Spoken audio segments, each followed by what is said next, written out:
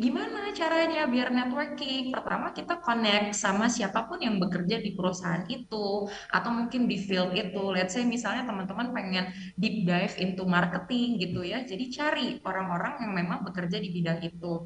And kita bisa send them a DM gitu ya. Mhm. Mungkin kalau misalnya yang kedua adalah networkingnya dengan asking for like general chit chat juga bisa. Jadi kita misalnya kita bisa ikut networking event, kita bisa tanya kan teman-teman kita yang mungkin udah bekerja gitu. Mhm. Nah, terus selain itu apalagi? Mungkin teman-teman bisa ikut kegiatan yang volunteering gitu. Jadi Oke. volunteering itu misalnya kegiatan yang memang ada contohnya misalnya kalau mengajar ya di dunia pendidikan ada yang namanya Indonesia Mengajar gitu Mhm. kan. Itu kan akan meningkatkan value diri kita.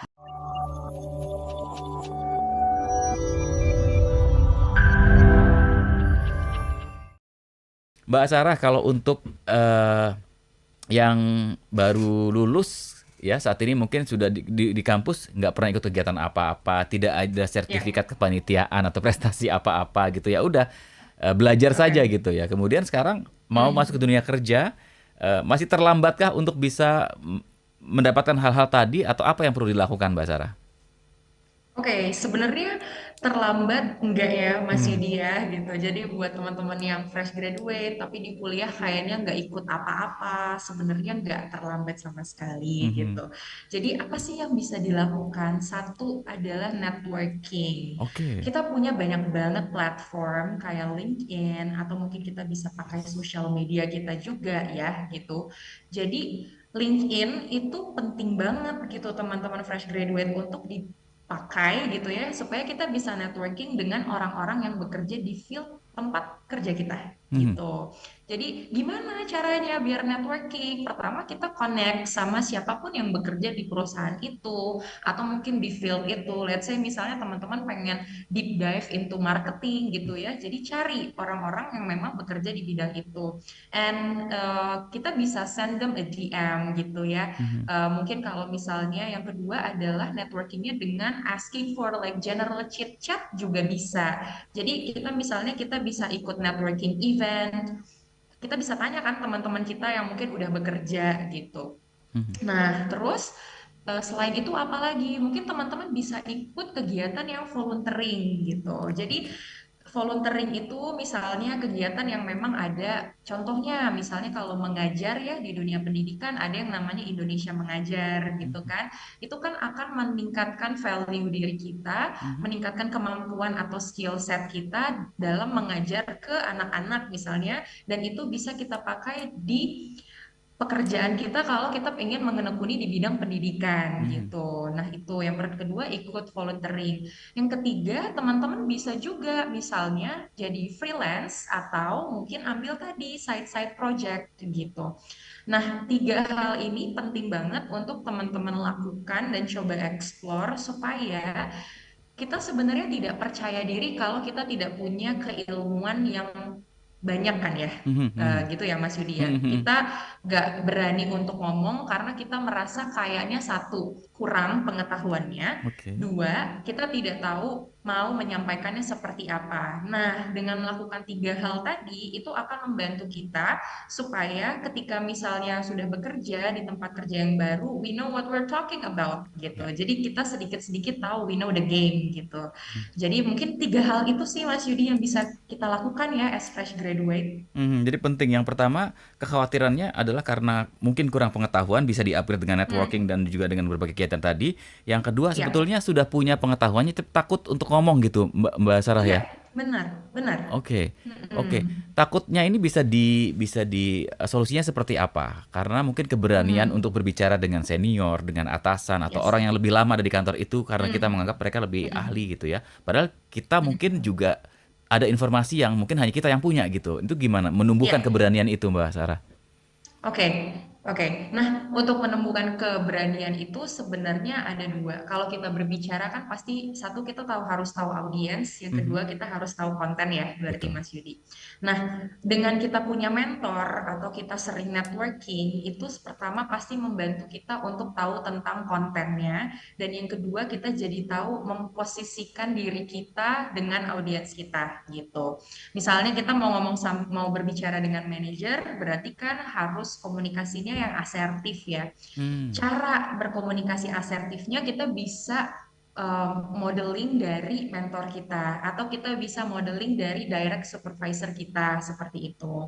Nah, jadi tidak merasa percaya diri saat saat berbicara dengan lawan kerja mhm. itu bisa dikurangi dengan cara kita mengobservasi gitu dari kolega kita atau mungkin dari direct supervisor kita di tempat kerja gitu, Mas Yudi. Oke, ini menarik ya sahabat Sonora. Mm-mm. Dan itu sebenarnya bisa dilatih ya.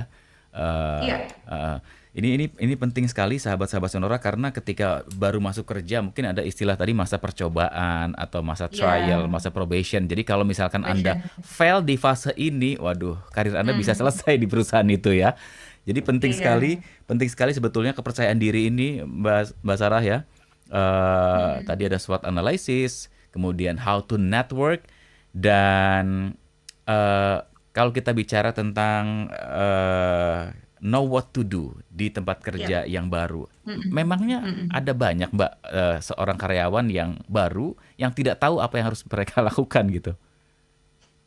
Oke, menarik ya Mas Yudi ya. Sebenarnya ketika ditanya apakah banyak, Mm-mm. sudah pasti banyak gitu. Oke, By percentage gitu ya, bukan tidak tahu sama sekali apa yang dilakukan, tapi lebih ke adjusting dengan apa yang harus dilakukan gitu. oke.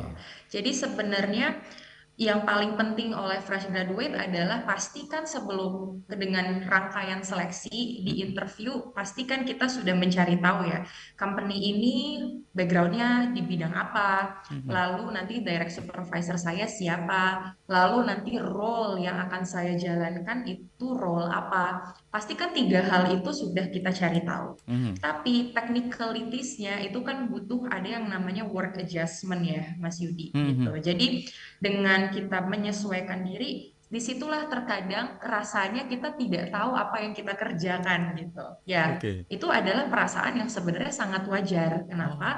Karena kita orang baru pertama itu, Mhm. dan yang kedua tempat kita bekerja pasti punya sistem bekerja gitu. Hmm. Dan yang membuat kita butuh waktu untuk adjustment. Nah, itulah probation sebenarnya Mhm. gitu. Jadi it's a common feeling Mhm. gitu dan sangat wajar untuk merasakan keanehan atau merasakan kok kayaknya saya seperti gak tahu apa-apa ya di pekerjaan ini Mhm. gitu. Mhm. Iya, kemudian itu yang membuat rasa percaya diri jadi turun gitu, Turun, Mbak. Apalagi benar. dihadapkan pada sudah mulai langsung dihadapkan pada target, beban kerja dan lain Yes. sebagainya gitu. Karena ada perusahaan Mm. yang memang membekali karyawan baru dengan training yang cukup komprehensif, ada Ya, atau yang orientasi ya. ada yang Mm. ya udah dicemplungin aja gitu, learning by doing gitu. Betul, betul, Jadi kalau betul. ibarat renang itu langsung dicemplungin ke kolam, Dan simpulkan kalau laut. mau tenggelam mau itu ya silahkan survive sendiri. Nah, Ya. ini kan karena mental setiap orang kan beda-beda, Mbak. Ada yang bisa cepat menyesuaikan diri ya adjustmentnya Mm. gitu, ada yang Mm. lambat. Ini Mm.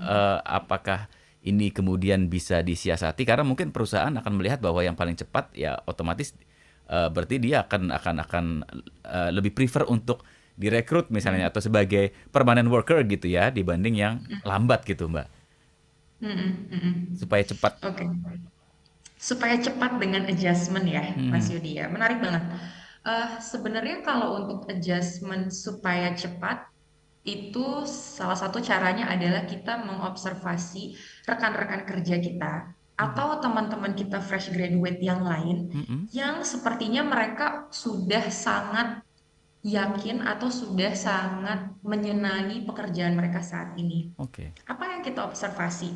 Pertama adalah mannerisms-nya. Gimana sih cara mereka berinteraksi dengan koleganya? Mhm. Gimana sih cara mereka berinteraksi dengan direct supervisor-nya? Mhm. Dan terkadang itu yang kita sebagai fresh graduate lupa bahwa di awal kita harus yang kedua set as realistic as possible gitu Mas Hmm, Yudi, mhm, bahwa kalau kita baru masuk berarti kita harus punya goals yang spesifik dan detail dan realistis supaya kita bisa mengira-ngira kemampuan kita seberapa. Itu tadi self esteem.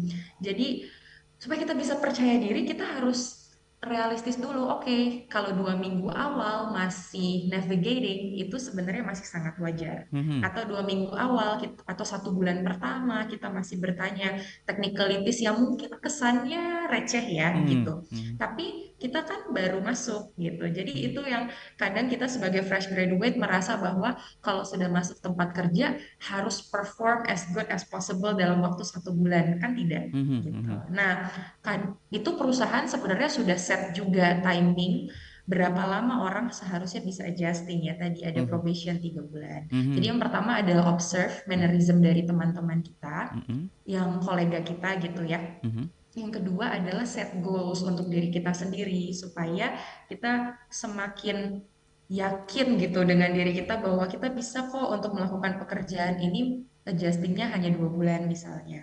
Gitu, Mas hmm. Yudi. Gimana sahabat Sonora, untuk Anda nih para fresh graduate ya, mudah-mudahan membantu nih, ini sangat membantu sekali nih apa yang disampaikan oleh Mbak Sarah ya, supaya survive, Anda lolos probation, kemudian akhirnya bisa menjadi bagian tim yang lebih apa ya, lebih trusted, nggak dianggap anak bawang lagi gitu ya, Mbak Sarah ya.